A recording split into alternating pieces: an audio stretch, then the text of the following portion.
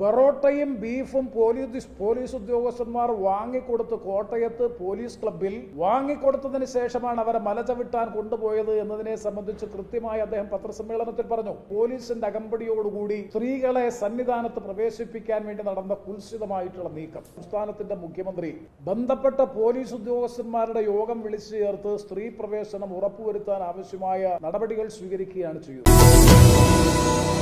2018 September മാസം 18-ാം തീയതിയാണ് ശബരിമലയിൽ സ്ത്രീ പ്രവേശനവുമായി ബന്ധപ്പെട്ട സുപ്രീം കോടതി വിധി നിലവിൽ വരുന്നത്. ആ വിധി നിലവിൽ വന്നതിന്റെ അസൽ കോപ്പി ലഭിക്കുന്നതിന് മുമ്പ് തന്നെ സംസ്ഥാനത്തിന്റെ മുഖ്യമന്ത്രി ബന്ധപ്പെട്ട പോലീസ് ഉദ്യോഗസ്ഥന്മാരുടെ യോഗം വിളിച്ചു ചേർത്ത് സ്ത്രീ പ്രവേശനം ഉറപ്പുവരുത്താൻ ആവശ്യമായ നടപടികൾ സ്വീകരിക്കുകയാണ് ചെയ്യുന്നത്. അതിന്റെ ഭാഗമായിട്ടാണ് ഒക്ടോബർ മാസം 9-ാം തീയതി റഹ്ന ഫാത്തിമ പോലീസിന്റെ അകമ്പടിയോടുകൂടി ശബരിമല സന്നിധാനം വരെ എത്തിച്ചേർന്നു. 2019 ജനുവരി മാസം 2-ാം തീയതിയാണ് ബിന്ദു അമ്മിണിയും കനകദുർഗയും പോലീസിന്റെ സമ്പൂർണ്ണ സംരക്ഷണത്തോടുകൂടി ശബരിമല ചവിട്ടാൻ അല്ലെങ്കിൽ മല ചവിട്ടാനും അതിന് പോലീസ് അകമ്പടിയോടുകൂടി അവിടെ എത്തിച്ചേരുന്ന സ്ഥിതി ഉണ്ടായത്. ഈ വിഷയവുമായി ബന്ധപ്പെട്ട ആ ദിവസങ്ങളിൽ തന്നെ നിരന്തരം നിരവധി വാർത്തകൾ മാധ്യമങ്ങൾ പ്രസിദ്ധീകരിച്ചിരുന്നു. അതിൽ ഏറ്റവും ഒടുവിൽ ഈ സമീപകാലത്താണ് സത്യത്തിൽ RSPയുടെ സംസ്ഥാന സെക്രട്ടറി സഖാവ് ഷിബു ബേബി ജോൺ ആണ് ആദ്യമായി ഈ പ്രശ്നം പത്രസമ്മേളനം വിളിച്ചു പറഞ്ഞു.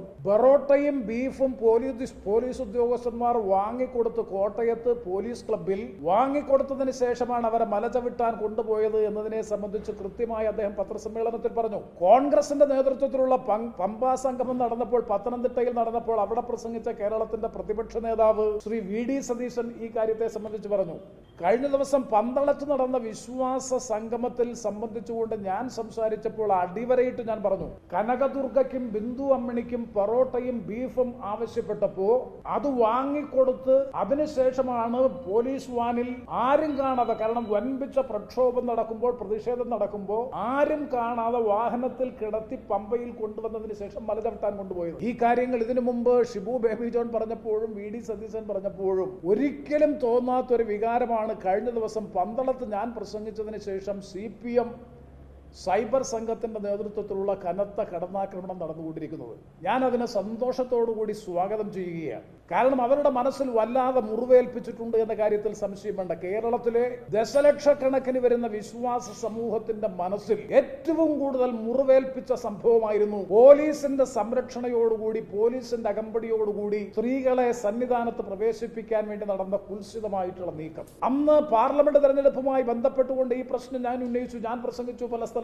അതിന്റെ ഭാഗമായിട്ടാണ് എനിക്കെതിരായി എന്ന് മത്സരിച്ച ഇന്നത്തെ ധനകാര്യമന്ത്രി ശ്രീ KN ബാലഗോപാൽ വിശ്വാസത്തെ വികലമായി ദുരുപയോഗം ചെയ്തുകൊണ്ട്, മതവിശ്വാസത്തെ വികലമായി ദുരുപയോഗം ചെയ്തുകൊണ്ടാണ് ഞാൻ തെരഞ്ഞെടുപ്പിൽ ജയിച്ചത് എന്ന് പറഞ്ഞുകൊണ്ട് ശ്രീ KN ബാലഗോപാൽ എനിക്കെതിരായി ഹൈക്കോടതിയിൽ തെരഞ്ഞെടുപ്പ് ഹർജി നൽകി.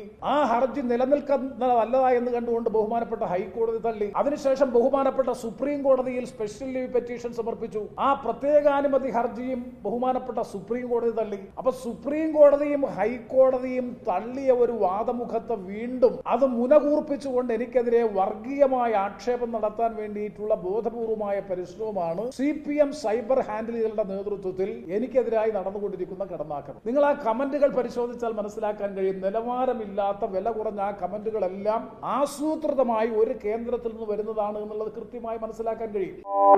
കൂടുതൽ വാർത്തകളും വിശേഷങ്ങളും നിങ്ങൾക്ക് ലഭിക്കാൻ കേരളീയം ന്യൂസ് സബ്സ്ക്രൈബ് ചെയ്യുക. കൂടെ ബെൽ ബട്ടണും അമർത്തുക.